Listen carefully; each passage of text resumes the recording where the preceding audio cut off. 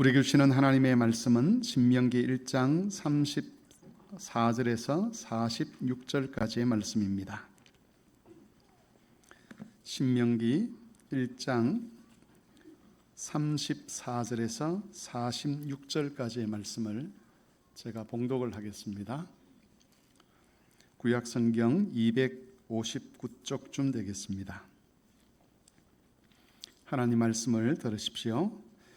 여호와께서 너의 말소리를 들으시고 노하사 맹세하여 이르시되 이 악한 세대 사람들 중에는 내가 그들의 조상에게 주기로 맹세한 좋은 땅을 볼 자가 하나도 없으리라.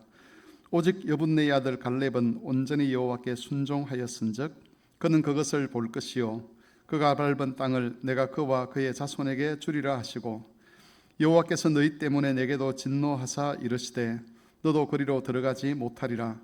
네 앞에 서 있는 눈의 아들 여호수아는 그리로 들어갈 것이니 너는 그를 담대하게 하라. 그가 이스라엘에게 그 땅을 기업으로 차지하게 하리라. 또 너희가 사로잡히리라 하던 너희의 아이들과 당시의 선악을 분별하지 못하던 너희의 자녀들도 그리로 들어갈 것이라. 내가 그 땅을 그들에게 주어 산업이 되게 하리라.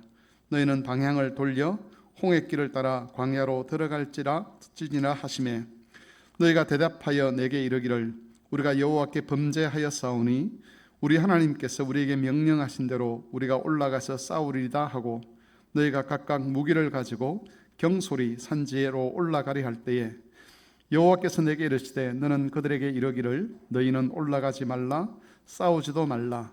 내가 너희 중에 있지 아니하니 너희가 대적에게 패할까 하노라 하시기로 내가 너희에게 말하였으나 너희가 듣지 아니하고 여호와의 명령을 거역하고 끄리낌 없이 산지로 올라가매 그 산지에 거주하는 아모리 족속이 너희에게 마주 나와 벌떼같이 너희를 쫓아 세일산에서 쳐서 호르마까지 이른지라.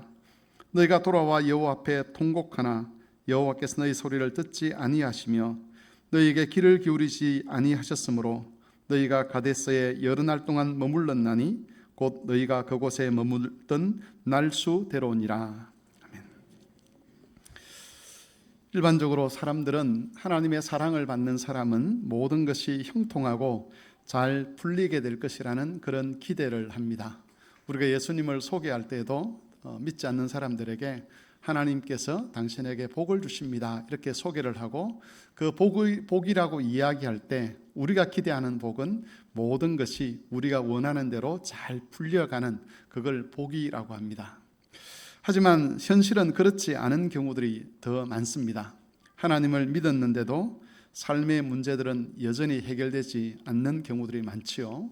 또 심지어 하나님을 알기 전에는 하지 않았던 고민들을 믿음 이후에는 해야 되기 때문에 어떤 분들은 예수를 믿고 나서 삶이 더 고달프다라고 그렇게 이야기하는 분들도 있습니다. 여러분, 이것은 구원에 대해서 하나님께서 구원하시는 하나님이 기대하시는 것과 구원받는 우리 인간들이 기대하는 것에 차이가 생기기 때문에 그렇습니다. 우리는 그런 기대를 하는 것이죠. 믿음 생활을 하면 그냥 이 땅에서 이전보다 좀 더 잘 살고 좀 더 걱정 없이 살고 좀 더 안전하게 살고 좀 더 건강하게 살면 되는 것이라고 그렇게 생각을 하지만 하나님께서 가지고 계신 구원의 목표가 우리와 다르다는 겁니다. 출애굽이라고 하는 사건은 성경에서 가장 대표적인 구원 사건입니다. 이스라엘은 애굽에서 400년간 종살이를 했습니다. 그런 이스라엘을 애굽에서 탈출하게 해서 가나안 땅에 들어가게 하는 것이 이스라엘 백성을 향한 하나님의 전체적인 계획이었습니다. 하지만 이스라엘 백성들로 하여금 가나안 땅을 차지하게 하는 그것이 이스라엘을 구원하신 하나님의 최종적인 목표는 아니었습니다. 출애굽의 목표는 우리가 여러 번 살펴봤던 것처럼 이스라엘을 하나님의 소유로 제사장 나라로 거룩한 백성으로 세우는 일이었습니다. 하나님의 소유, 제사장 나라, 거룩한 백성이 되기 위해서는 이스라엘이 영광스럽게 되어야 합니다. 이스라엘의 수준이 그냥 타락한 인간의 수준, 그 타락한 인간보다 좀 더 나은 수준, 그 수준이 되어서는 이들이 하나님의 소유가 되거나 제사장 나라가 되거나 거룩한 백성이 될 수가 없는 것이지요. 가장 고귀한 존재, 하나님께서 처음 태초에 인간을 만드셨던 그 하나님의 형상에 이르기까지 그들의 수준이 올라가야만 그들을 향해서 하나님 백성이라 할 수 있고 제사장 나라라 할 수 있고 거룩한 백성, 거룩한 소유다라고 그렇게 말을 할 수가 있는 겁니다. 이게 하나님의 최종적인 목표였습니다. 가나안 땅을 차지하는 것은 그런 최종적인 목표를 위한 하나의 필요한 과정이었습니다. 성경은 가나안 땅을 가리켜서 하나님의 기업이라고 그렇게 부릅니다. 기업이라는 것은 이스라엘 백성들로 하여금 하나님의 은혜를 누리는 터전이라는 뜻이죠. 이스라엘 백성이 하나님의 형상에 이르기까지 자라가기 위해서는 하나님의 은혜를 경험해야 합니다. 그 은혜를 경험하는 터전이 있어야 되는 것이죠. 실제로 하나님께서 어떻게 그들을 보살피시는지를 체험할 수 있는 장이 있어야 됩니다. 하나님께서 어떻게 그들을 인도하시는가를 경험하는 장이 있어야 되는데 그 장을 가리켜서 기업이라고 하는데, 가나안 땅은 이스라엘 백성들이 하나님 백성으로서 하나님으로부터 은혜 받는 터전으로서 하나님의 기업이 되었습니다. 그래서 가나안 땅은 이스라엘 백성들에게 반드시 필요한 곳이었습니다. 그럼에도 불구하고 그 땅을 차지하는 것 자체가 하나님의 궁극적인 목표는 아니었다는 겁니다. 하나님의 궁극적인 목표는 이스라엘을 하나님 수준으로까지 이끌어 올리는 것이었습니다. 하지만 우리가 잘 알듯이 이스라엘 백성들의 영적 수준을 보면 그렇지 못했다는 것이 성경에 늘 기록이 되어 있습니다. 이스라엘 백성들이 하나님의 구원을 실제로 누릴 수 있기 위해서는 하나님이 어떤 분인지를 알아야 됐고, 또 하나님을 믿고 하나님을 따를 수 있어야만 했고, 하나님이 주신 율법이 생명의 법인 것을 알고 그 율법을 지키고자 하는 거룩한 마음들이 있어야만 했습니다. 출애굽 과정에서 이스라엘이 직면했던 여러 환난들은 이스라엘을 그런 영적 수준으로 끌어올리기 위해서 하나님이 계획하신 그런 일들이었습니다.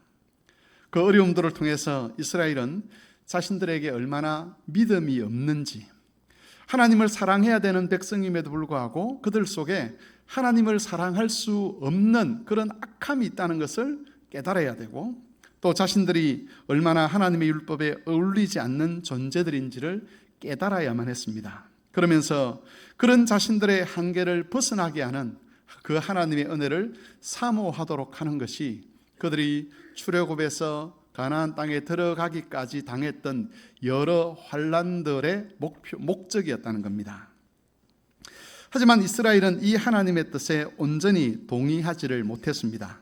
그래서 자신들이 기대했던 일들과 다른, 자신들에게 어려움을 주는 그런 일들이 일어날 때마다 모세를 원망하고 하나님께 불평을 쏟아내었습니다. 한계를 깨닫거나 그 한계 앞에서 하나님의 은혜를 구하거나 하는 이런 반응을 보인 것이 아니라 오히려 하나님이 잘못한다고, 하나님께서 잘못하신 것이라고 그렇게 원망을 했다는 것이지요. 그리고 최종적으로 가데스 바네아에서 하나님의 뜻을 반역하고 다시 애굽으로 돌아가자는 그런 결정을 내리고 말았습니다. 가데스 바네아에서 일어난 그 반역 사건은 어쩌다가 한번 잘못 결정한 실수가 아니었습니다. 이것은 그동안 그들 안에 있던 모든 불신과 악함이 만들어낸 최종적인 열매였다는 것이죠. 내가 이런 선택을 해야 되는데 하나님 잠깐 실수를 해서 이런 선택을 했습니다. 그게 아니라 그들 안에 그런 선택을 할 수밖에 없도록 만드는 그런 악함과 그런 불신들이 계속 쌓여왔고, 그것 때문에 마지막으로 최종적으로 하나님 앞에서 믿음의 반응을 나타내야 했을 그때에 불신의 반응, 하나님을 거역하는 그런 반응을 나타내었다는 것입니다. 이런 사실들은 하나님께서 그 불신앙에 대해서 진노하면서 이스라엘을 광야로 보내시는 내용을 담고 있는 본문 말씀에도 나타납니다. 이스라엘이 얼마나 악한지, 그들 안에 얼마나 믿음과 다른 것들이 가득 차 있는지, 그것들이 모든 순간순간에 다 나타난다는 것이죠. 오늘 본문은 크게 두 가지 내용으로 이루어져 있습니다. 34절에서 40절까지는 가나안 땅으로 올라가기를 거부하는 이스라엘 백성들에 대한 하나님의 심판의 말씀이 기록되어 있습니다. 그리고 41절에서 46절까지는 그런 하나님의 말씀에 대한 이스라엘 백성들의 반응이 기록되어 있습니다. 우리는 이 반응 속에서 이스라엘이 가나안 땅을 기업으로 차지하는 일에 있어서 얼마나 어울리지 않는지, 왜 그들이 가나안 땅에 들어갈 수 없는지를 알게 됩니다. 단순히 땅을 차지하는 것이 목적이라면 이 수준을 가지고도 가나안 땅에 들어가도 되겠지만, 가나안 땅 들어가는 자체가 목적이 아니라 이들을 하나님의 거룩한 소유로, 하나님의 제사장 나라로 삼는 것이 목적이기 때문에 가나안 땅에 들여보내기 전에 이들을 훈련시키고 이들을 영적으로 성숙시켜야 되기 때문에 하나님께서 그 길을 막으신 것입니다. 우리가 살펴보고 있는 이 말씀은, 특별히 신명기 말씀은 출애굽 2세대들에게 하신 말씀입니다. 광야 40년 동안을 광야에 방랑하는 시간을 보내는 동안 출애굽 1세대들은 다 죽습니다. 그리고 출애굽 2세대들만 남았을 그때에 하나님은 드디어 그들을 향해서 가나안 땅에 들어가라라고 명령을 했습니다. 모세는 가나안 땅에 들어갈 준비를 하고 있는 그 출애굽 2세대들에게 그 조상들의 실패한 역사를 다시 들려줍니다. 그러면서 그들이 가나안 땅을 하나님의 기업으로 차지하고 하나님의 뜻을 따라 제사장 나라가 되고 거룩한 백성이 되는 데 있어서 그 조상들이 했던 실패를 반복하지 않도록 경고의 말씀을 이 자손들에게 해주고 있는 것입니다. 특별히 오늘 본문은 하나님께서 이스라엘 백성을 광야로 보내시겠다고 하신 이후에 그들이 어떤 반응을 했는지가 나타나고 있는데, 그 반응 속에 그들의 악함이 어떤 것인지가 드러나고 있고, 모세는 그 악함을 폭로하면서 그 후세대들로 하여금 너희 조상들처럼 되지 말아야 한다는 것을 강조하고 있는 겁니다. 본문에서 모세가 폭로하는 이스라엘 후세대들이 반복하지 말아야 될 그 죄의 세 가지 모습은 세 가지로 정리가 됩니다. 첫 번째는 이스라엘의 영적인 경솔함입니다.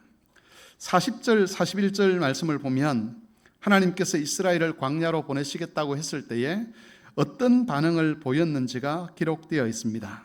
이스라엘은 곧바로 후회를 합니다. 그러나 이 후회는 회개와는 다른 것이었습니다.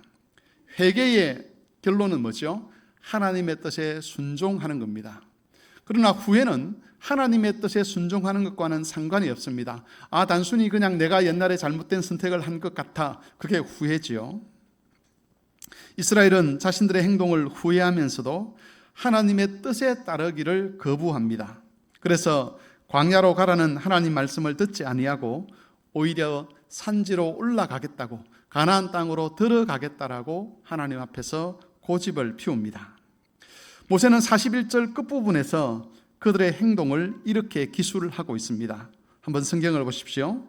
41절 끝부분입니다. 너희가 각각 무기를 가지고 경솔히 산지로 올라가려 할 때에, 여기서 경솔하다는 것은 쉽게 생각한다는 겁니다. 이스라엘은 자신들이 하나님을 반역한 그 일이 얼마나 중대한 일인가에 대한 감각이 없었습니다. 그 사건 안에 숨어있는 자신들의 불신과 악함에 대한 영적인 감각이 없었다는 것이지요. 그래서 모든 일을 쉽게 생각합니다. 가나안 땅으로 들어가라는 하나님 명령을 어긴 것도 쉽게 생각하고, 광야로 가라는 말씀을 따르지 않는 것도 쉽게 생각합니다. 지금 산지로 올라가는 것은 하나님의 뜻이 아니다, 그래서 올라가면 안 된다라고 하는 그 모세의 말도 쉽게 생각합니다. 자신들이 다시 가나안 땅으로 올라가려고 하면 언제든지 올라갈 수 있는 문제라고 생각하고 있는 겁니다. 1장 34절을 보시면 하나님께서 이스라엘을 어떻게 평가하시는지가 나와 있습니다. 하나님은 1장 34절에서 가데스 바네아에서 반역 사건을 일으킨 그 이스라엘을 향해서 악한 세대다라고 그렇게 규정을 하십니다. 이것은 단순히 한 사람이 악하다는 그런 뜻이 아니지요. 또한 이것은 어떤 한 분야에서 악하다는 그런 뜻이 아닙니다. 이것은 악에 젖어 있다는 뜻입니다. 이스라엘 백성 전체가 악함에 물들어 있는 겁니다. 그들의 심령이, 그들의 양심이, 그들의 삶이 악에 물들어 있기 때문에 어떤 선한 결정도, 어떤 하나님의 뜻에 따르는 결정도 할 수 없는 것이라고 하나님께서 그렇게 평가를 하고 있는 것이지요. 하지만 이스라엘은 하나님의 이런 판단에 전혀 공감을 하지 못합니다. 악에 대한 부끄러움도 없었고 애통하는 것도 없었습니다. 하나님의 명령을 거역한 불신이 별것 아니라고 생각을 하는 것이지요. 안 올라가는 것이 문제라면 그러면 하나님 우리가 올라가겠습니다 라고 이렇게 지금 하나님께 어쩌면 대들고 있는 것이라고 그렇게 볼 수도 있습니다. 그들 안에 불신앙과 악이 얼마나 심각한 것인지, 그것이 자신들을 하나님의 소유와 거룩한 백성과 제사장 나라로 삼으시려고 하는 하나님의 뜻에 얼마나 심각한 해가 되는지 도무지 공감을 못하는 것입니다. 모세는 이스라엘 선조들의 이런 죄가 반복되어서는 안 된다는 것을 알았습니다. 죄와 악에 대한 하나님의 뜻에 공감하지 못하고 죄의 문제를 쉽게 생각한다면 가나안 땅을 차지한다 할지라도 그게 별로 의미가 없다는 것을 알고 있었던 겁니다. 그들을 향한 하나님의 온전한 뜻이 세워지기 위해서는 죄에 대한 하나님의 뜻에 공감할 수 있어야만 합니다. 죄가 얼마나 치명적인 결과를 가져오는 것인지, 하나님께 대한 불신과 저항이 얼마나 심각한 것인지, 또 그것이 이스라엘을 얼마나 악하게 만드는지를 알아야만 가나안 땅에 들어가서 하나님의 율법을 지키는 일에 온 마음과 온 뜻과 온 힘을 다할 수가 있는 것이죠.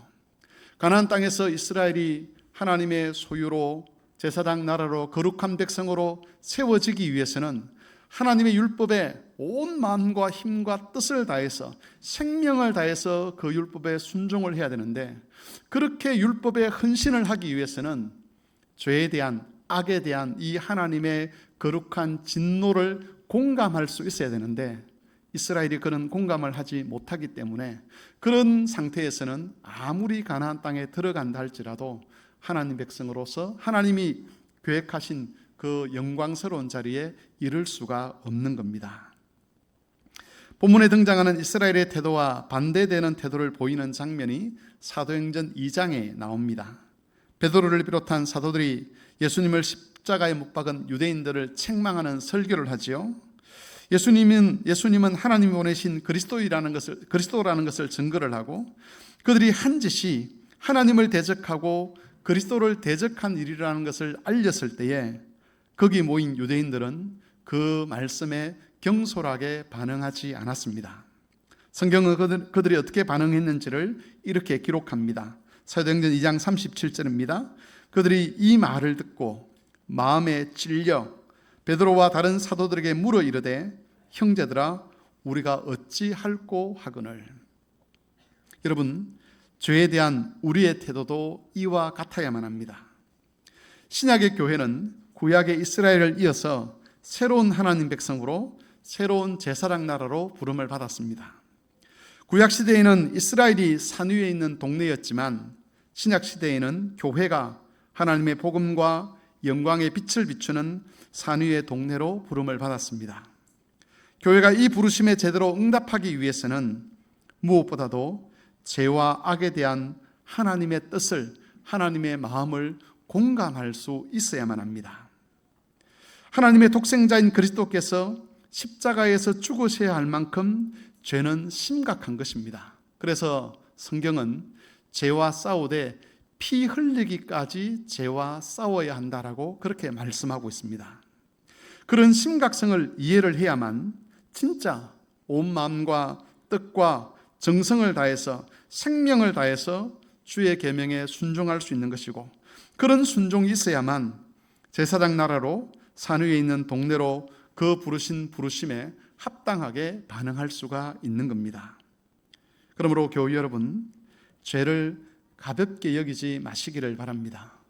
죄에 대한 하나님의 그 엄중함에 공감할 수 있도록 은혜를 구하시기를 바랍니다. 하나님께서 죄를 정오하시는 것처럼 하나님과 한 마음으로 죄를 미워하고 정오하고 자신의 죄에 대해서 애통할 줄 아는 그런 교우가 되시기를 바랍니다. 죄를 가볍게 여기고 경솔하게 여기는 이스라엘의 그 악함이 우리 안에 재현되지 아니하도록, 우리 삶에서 그것이 다시 반복되지 아니하도록 하나님 앞에서 경각심을 가지고 살아가는 그런 교우들이 되시기를 바랍니다. 모세가 폭로하는 실패의 두 번째 모습은 거짓 확신과 잘못된 열정입니다. 이스라엘이 경솔히 산지로 올라가려고 할 때에 모세는 하나님께서 그들과 함께하지 않는다는 것을 알렸습니다. 그리고 만일 그들이 올라간다면 아말렉 사람들에게 패배할 것이라고 경고를 했습니다. 그러나 이스라엘은 그 경고를 무시했습니다. 43절을 보십시오.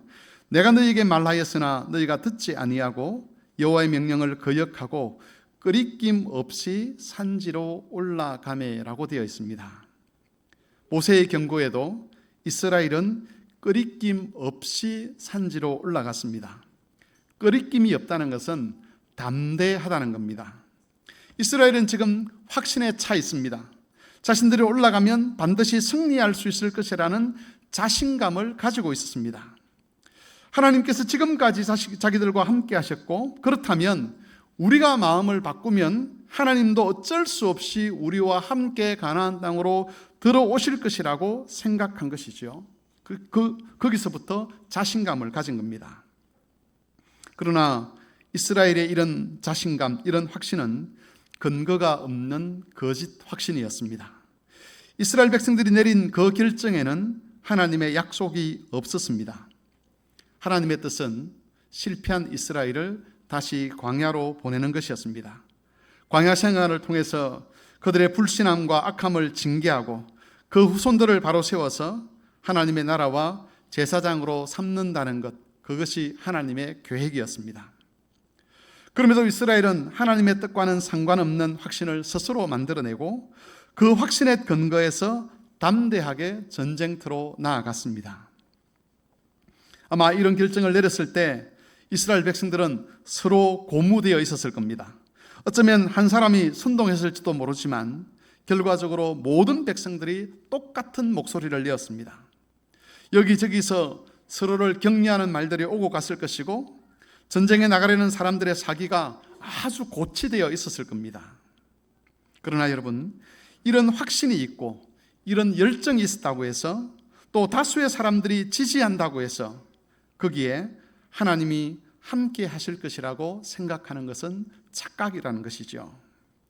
아무리 다수의 사람들이 지지하는 일이라 할지라도 또 아무리 뜨거운 열심을 가졌다 할지라도 그 열심이나 확신이 하나님의 뜻이나 하나님의 약속으로부터 나온 것이 아니라면 오히려 하나님을 대적하는 일이 될 수 있음을 성경은 우리에게 경고하고 있습니다.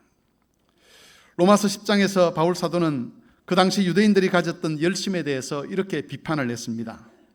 내가 증언하노니 그들이 하나님께 열심히 있으나 올바른 지식을 따른 것이 아니니라. 하나님의 의를 모르고 자기의 의를 세우려고 힘써 하나님의 의에 복종하지 아니하였느니라. 유대인들의 열심은 하나님의 뜻에서 나온 것이 아니었습니다.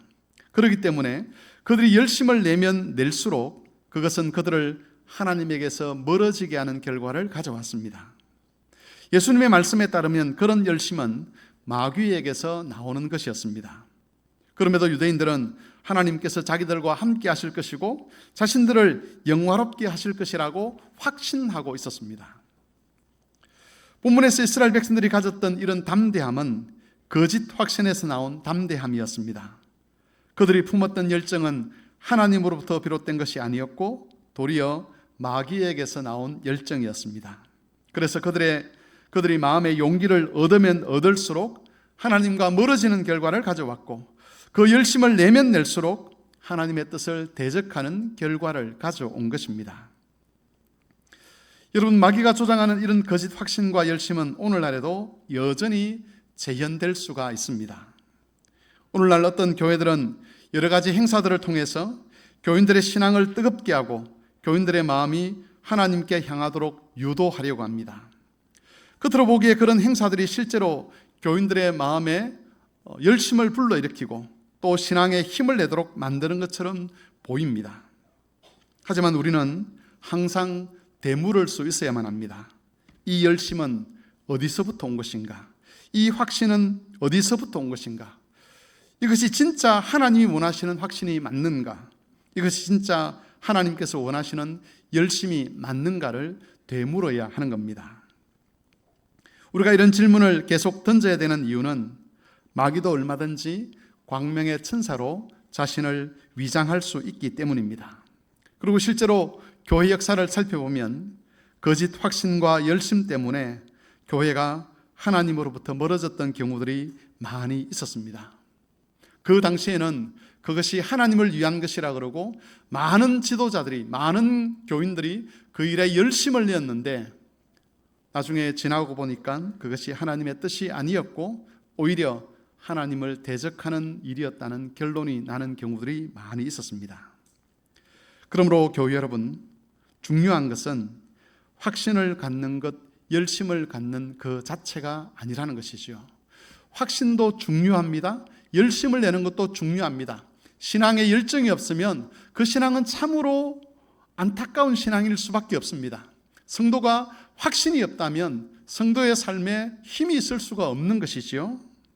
그럼에도 불구하고 중요한 것은 그 열심과 그 확신이 어디로부터 비롯된 것인가를 먼저 살피는 겁니다. 설교를 잘 들어야 되는 이유가 여기에 있지요. 또 성경 공부를 하고 말씀을 묵상해야 될 이유도 여기에 있습니다. 하나님의 말씀을 모르면, 하나님의 뜻을 모르면 거짓 확신과 거짓 열정에 속을 수가 있는데 그게 정말 교묘합니다. 제가 교회 역사에서 이런 일들이 실제로 있었다라고 그렇게 말씀을 드렸는데 그 당시에 지도자들이 없었겠습니까? 그 당시에 성도들이 늘 바보였겠습니까? 그들에게도 성경이 있었고 신학자들이 있었고 성경을 열심히 읽는 성도들이 있었지만 그러나 이 마귀의 속임수가 아주 교묘하기 때문에 그 시대 전체가 마귀의 그 속임수에 속아서 거짓 확신과 거짓 열심에 매몰되는 그런 일들이 있었다는 겁니다. 그만큼 마귀는 교활합니다. 그래서 여러분, 하나님 말씀을 알아가는 일에 목사만 열심을 내는 것이 아니라 교회의 모든 성도들도 함께 열심을 내어야 하는 겁니다. 그런데 여러분, 이것을 잘못 적용하는 분들이 있습니다. 어떤 결정을 할 때마다 마치 점을 치듯 하나님께 물어야 된다라고 생각하는 분들이 있습니다. 하나님, 아파트를 사야 되는데 이 아파트를 사는 게 맞습니까? 저 아파트를 사는 게 하나님의 뜻입니까? 제가 이전에 젊었을 때 어느 교회에 출석하고 있을 때에 전셋집을 구하는데 어떤 목사님이 자기에게 기도를 받지 않고 계약을 했다고 하나님이 함께 하지 않는 가정이라고 그렇게 저주를 제게 쏟았던 적이 있습니다. 성도가 전셋집을 어디 구할 것인지 하나님께 묻고 구해야지. 그러면 목사의 기도를 받고 구해야 되는데 목사의 기도도 받지 않고 구했기 때문에 하나님께서 너를 저주하실 것이다. 이런 식으로 이야기하는 것을 들었습니다. 여러분, 하나님의 뜻을 확인한다는 것은 그런 말이 아니죠. 성경에는 하나님이 분명하게 제시해 주신 계명과 원리들이 있습니다. 내가 하려는 것이, 우리가 하려는 것이 그 원리나 계명에 맞는가를 살피라는 겁니다. 그 원리와 계명에 맞는 것이라면 하나님은 거의 대부분 우리에게 선택의 자유를 주십니다. 그 원리와 계명에 맞는 것이라면 우리가 악한 선택을 하지 않는 이상 하나님은 어떤 선택을 하든지 우리와 함께 하실 겁니다.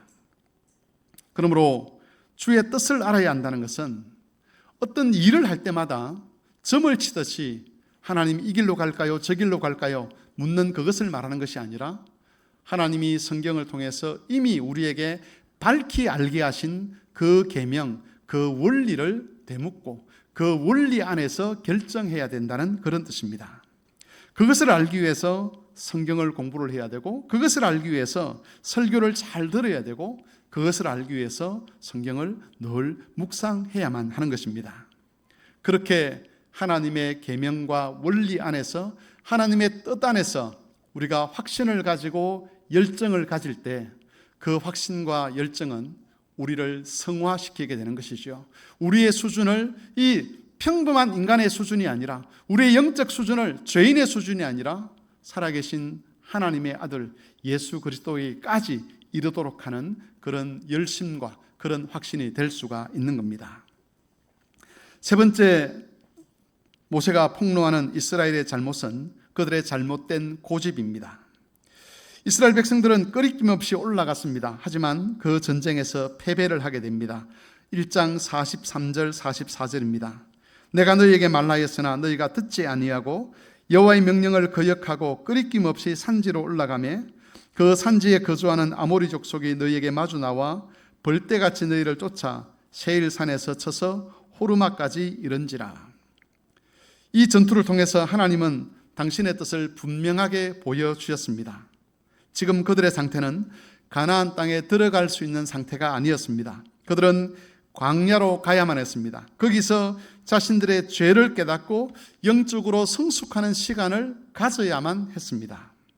그런데 이스라엘은 그렇게 하지를 않았습니다. 45절과 46절은 같이 한번 읽어보겠습니다. 신명기 1장 45절 46절 다 같이 읽겠습니다. 너희가 돌아와 여호와 앞에서 통곡하나 여호와께서 너희 목소리를 듣지 아니하시며 너희에게 귀를 기울이지 아니하셨으므로 너희가 가데스에 여러 날 동안 머물렀나니 곧 너희가 그곳에 머물던 날 수대로니라. 패배한 이스라엘은 가데스 바네아로 돌아와서 통곡을 했습니다. 하지만 하나님은 그들의 소리를 듣지 않으셨습니다. 그러면 어떻게 해야 되죠? 일어나서 광야로 들어가야만 합니다.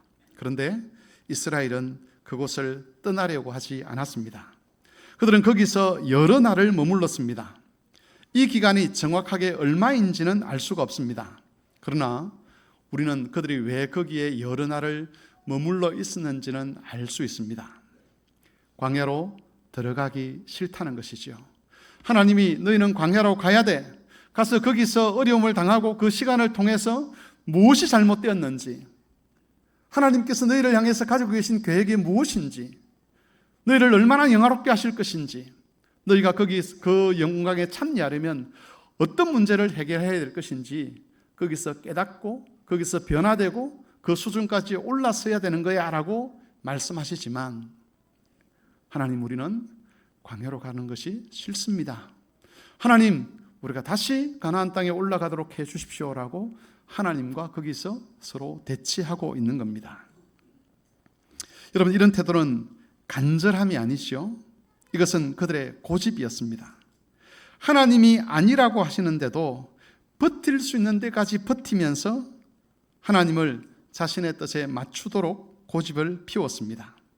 고집을 통해서 자신의 뜻을 관철시키려고 하는 것입니다. 이스라엘이 거룩한 백성과 제사장 나라로 세워지기 위해서는 이런 악한 고집이 반복되어서는 안 되었습니다. 우리도 마찬가지입니다. 하나님께서 아니라고 하시는 것에 대해서는 빨리 아니다라고 선언할 수 있어야 되고 하나님의 뜻에 동의해야만 합니다. 하나님의 뜻이 아닌 것, 하나님의 계시에서 분명히 드러난 것을 거부하거나 거스르려고 하는 것은 참으로 어리석은 일입니다. 하나님께서 아니라고 하시는데도 그것을 받아들이지 아니하고 끝까지 고집을 피운다면 결국 실패를 반복하는 결과를 가져오게 됩니다. 어쩌면 여러분 중에 지금 하나님과 힘겨루기를 하고 계시는 분이 있을지도 모르겠습니다.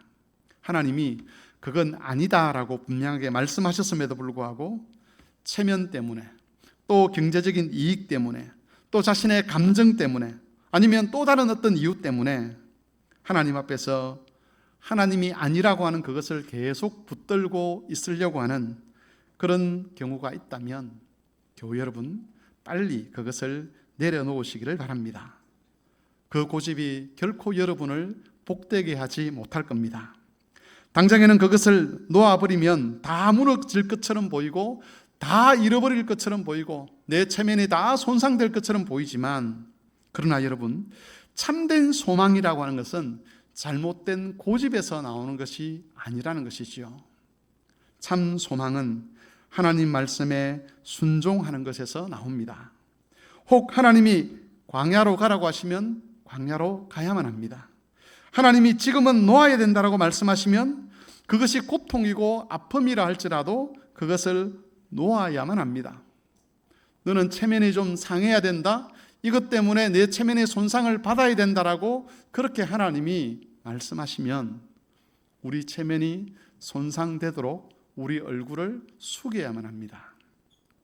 그러면 여러분, 그 하나님의 뜻에 우리가 순종하면 우리가 당하게 될 그 고통과 그 아픔과 그 절망과 그 감정적인 상함이 우리의 소망의 문이 되는 것이죠.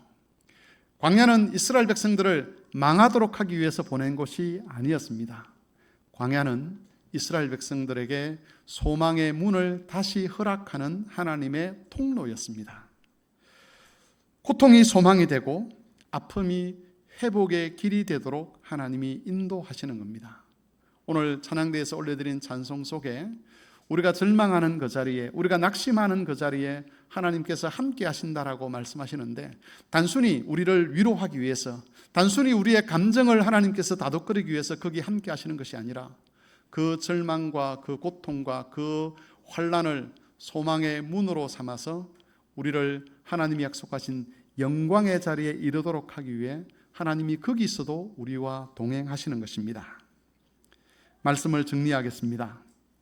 하나님께서 우리를 하나님 백성으로 부르시는 일에는 영광스러운 계획이 약속되어 있습니다. 단순히 지금 당장 좀 더 편하게 살고, 지금 좀 더 건강하게 살고, 지금 좀 더 걱정 없게 살게 하는 것, 이것이 우리를 부르신 부르심의 목적이 아니지요. 만일 그것이 목적이라면 우리가 기도한 대로 다 이루어 주실 겁니다. 감기 걸렸을 때 기도하면 당장 낫게 하실 것이고, 넘어져서 뼈가 부러졌을 때 기도하면 당장 뼈가 붙게 하실 것이고, 돈을 위해서 기도하면 당장 하늘에서 돈이 쏟아질 겁니다. 그런데 하나님의 계획은 훨씬 더 영광스러운 것이고 고차원적인 것이죠. 우리를 하나님의 아들같이 만드시겠다는 겁니다. 타락한 인간을 하나님의 형상에까지, 그 수준까지 끌어올려서 하나님이 누리는 모든 안식과 복에 참여하도록 하시겠다. 이게 하나님의 뜻입니다. 그 뜻을 위하여 때로는 우리로 하여금 아픔을 겪게 하시죠. 그 아픔 속에서 우리 한계를 발견하게 하십니다. 인간이 얼마나 연약한 존재인지, 이 세상이 얼마나 죄악된 세상이며 인간의 삶이라는 것이 얼마나 허무한 것인지를 깨닫게 하시고, 인간의 육체가 얼마나 연약한 것인지를 깨닫게 하셔서 하나님이 아니면 소망이 없다는 것을 깨닫고 하나님께로 돌아오게 하시는 것이죠. 하나님을 의지하게 하시는 겁니다. 여러분, 나아가서 그리스도께서 재림하실 때 우리를 하나님의 영원한 영광에 참여케 하여 신적인 생명으로 삼위 하나님처럼 살게 하시는 것, 그게 하나님의 궁극적인 목표입니다. 그 목적으로 우리를 부르셨기 때문에 우리 삶에서는 우리가 원하지 않는 일이 일어날 수도 있고, 고통이나 아픔이나 슬픔이 있을 수도 있습니다. 그 모든 일들 앞에서 출애굽한 이스라엘 백성들의 실패가 반복되지 않도록 해야만 합니다. 하나님 앞에 고집을 내려놓아야 되고, 거짓된 확신이나 거짓된 열정을 갖지 않도록 조심을 해야 되는 것이고, 그리고 하나님 앞에서 믿음을 따라 살아가는 것이 필요한 것이지요. 그들의 죄가 우리에게 재현되지 않도록 죄에 대한 경각심을 가지고 경건을 잘 지켜가는 그런 모든 교우들이 되시기를 바랍니다. 말씀을 생각하며 같이 기도하겠습니다. 우리 안에 이스라엘 백성들의 그 죄가 반복되지 않도록 하나님이 도와주시기를, 죄에 대한 경각심을 가지고 또 약속의 말씀에서 나온 확신과 열정을 가지고, 그리고 하나님 앞에 고집 피우지 아니함으로 더욱더 하나님께 합한 자가 되도록 우리를 인도해 주시기를 함께 기도하겠습니다.